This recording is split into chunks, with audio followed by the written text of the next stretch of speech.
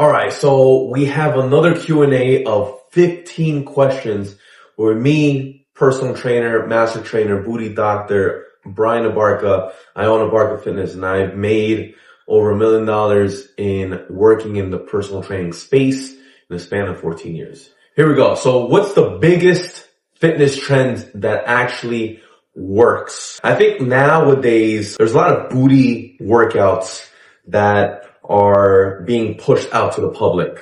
Specifically hip thrusts, squats, deadlifts.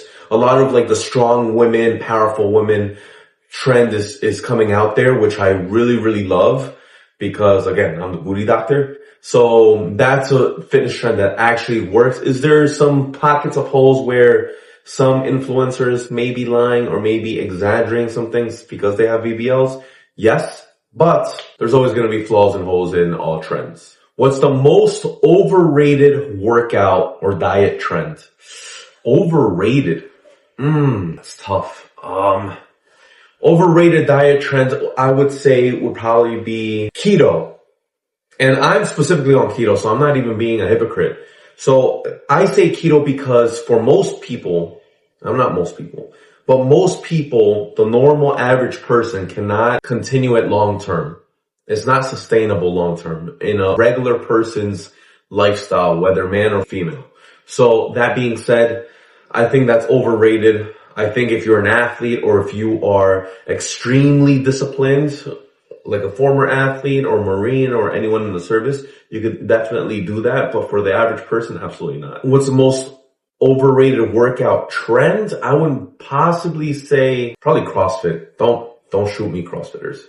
But probably CrossFit, just because in a long term, there's so many injuries that happen long term that I've heard and seen firsthand that they all come down to physical therapy and personal trainers just because they say, oh, I tore my labrum, I tore my ACL, etc. Is there a go-to exercise I swear by for rapid fat loss? I would say squats. I would say squats because if you actually go heavy enough and you go and you do specifically back squats, you incorporate your upper body isometrically, meaning you're squeezing all your muscles in your upper body together so that you can maintain a proper posture for this squat to be done efficiently. Then most of the resistance is based on your hips and legs. It's a full body exercise, and since it's full body, it incorporates all your muscle groups, and if it incorporates all your muscle groups, you burn more calories, and if you burn more calories, you burn more fat in the process. What is your take on waist trainers? That's a really good question. In the span of 14 years that I've been training mostly women, waist trainers is almost like a placebo effect. For some women, they swear by it, and I've seen waists just slim down with waist trainers. The only thing about it is that if you go to the extreme with it and you wear it 24/7, it may affect your organs and people will just go to the extreme with it. Just don't go to the extreme with it. If you're going to utilize it efficiently, do your research. And one key tip is avoid using it while working out. Why? Because if you're using waist trainers while you're working out, you become dependent on it, almost like a lifting belt. You become dependent on a lifting belt or a waist trainer. And by that being said, you can't lift efficiently like you would with a lifting belt or a waist trainer, meaning your core isn't as strong. And you don't want that. If someone only had 20 minutes to work out, what should they focus on? I focus on functional exercises in a 20-minute span, and I would probably go for almost like a Tabata or HIIT type of workout, meaning very low rest, very moderate to high resistance so that you just continuously keep your heart rate up. That being said, let's go into the details. If I go for back squats, chest press, and deadlifts, the power lifts, I would pair that up with maybe jumping jacks, something very low in intensity, just so you keep your heart rate up. You could pair it up with maybe some lunges. You could pair it up maybe with some push-ups. You could pair it up with some planks just to keep your heart rate up. And that could be almost like your active rest. What is my personal go-to trick for beating sugar cravings. Hands down, fruit. I specifically really lean towards raspberries, blackberries, blueberries, cherries, strawberries, anything that rhymes with Aries, I'm eating them. Just because they are lower in the glycemic index and they're just lower in sugar. They will not spike your blood sugar and they're keto friendly. As a personal trainer, what is the most expensive piece of fitness equipment that you've purchased? That's a phenomenal question. I purchased an InBody scale, which actually calculates your body fat percentage, your water weight, your body mass index, your muscle mass, the amount of pounds you have in muscle, how much muscle you should be gaining, how much fat you should be losing. And what I really love about it is that it gives you a line graph on every single day of the check-in. So you actually see in a line graph. It's visually better for the client to actually see it, see if you're going up in the trend or down in the trend. In addition to that, it actually gives you your basal metabolic rate, how many calories you should be consuming to stay alive. So that was about, I'd say $15,000.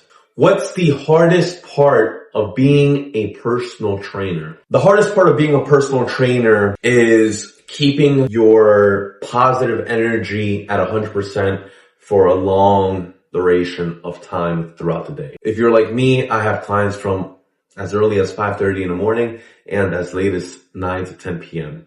straight through or with breaks in between. However, you're almost like in an emotional roller coaster whenever you're dealing with every single client, because every single client has their own story, has their own conditions, has their own journey. And sometimes you just have to play therapist with them as well. So it's actually extremely, maybe not even physically, but mentally draining as well, because by the time you end up just finishing off your day, you just want to come home in silence. You don't even want to talk sometimes. And you just want to be at peace. So I'd say that's the hardest part. Do you ever feel pressure to look a certain way as a trainer? Yeah, absolutely. You actually have to look fit. I've seen a lot of personal trainers who are overweight or even obese in my span of 14 years in my career. And 9 times out of 10, they usually don't get the respect or the clientele or the influence that they should have on their clients because they're overweight. So absolutely, you always feel pressure to always look your best and always represent your brand as a whole. What was my most difficult transformation I've helped someone achieve? My first ever transformation, this was about 12 years ago. I was training a police officer who's had 2 torn meniscus, 1 torn ACL, a torn labrum, a tennis elbow, 3 herniated discs in her cervical spine and her neck.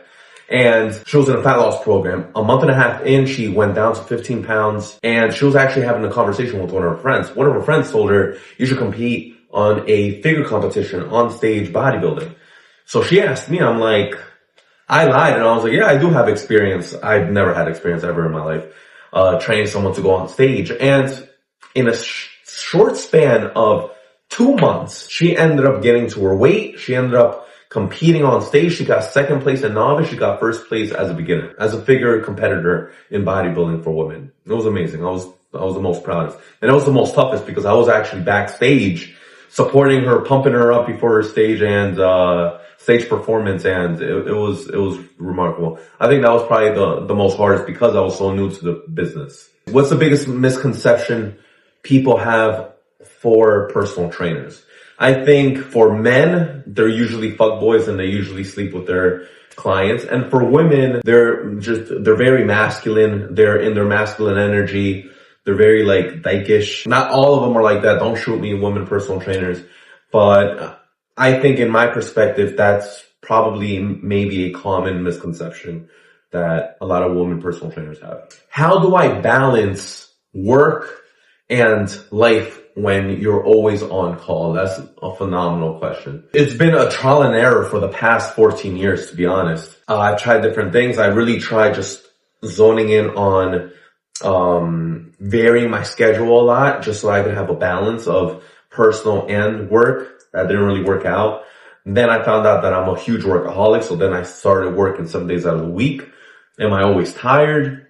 Possibly. I don't show up with my clients because that's unprofessional.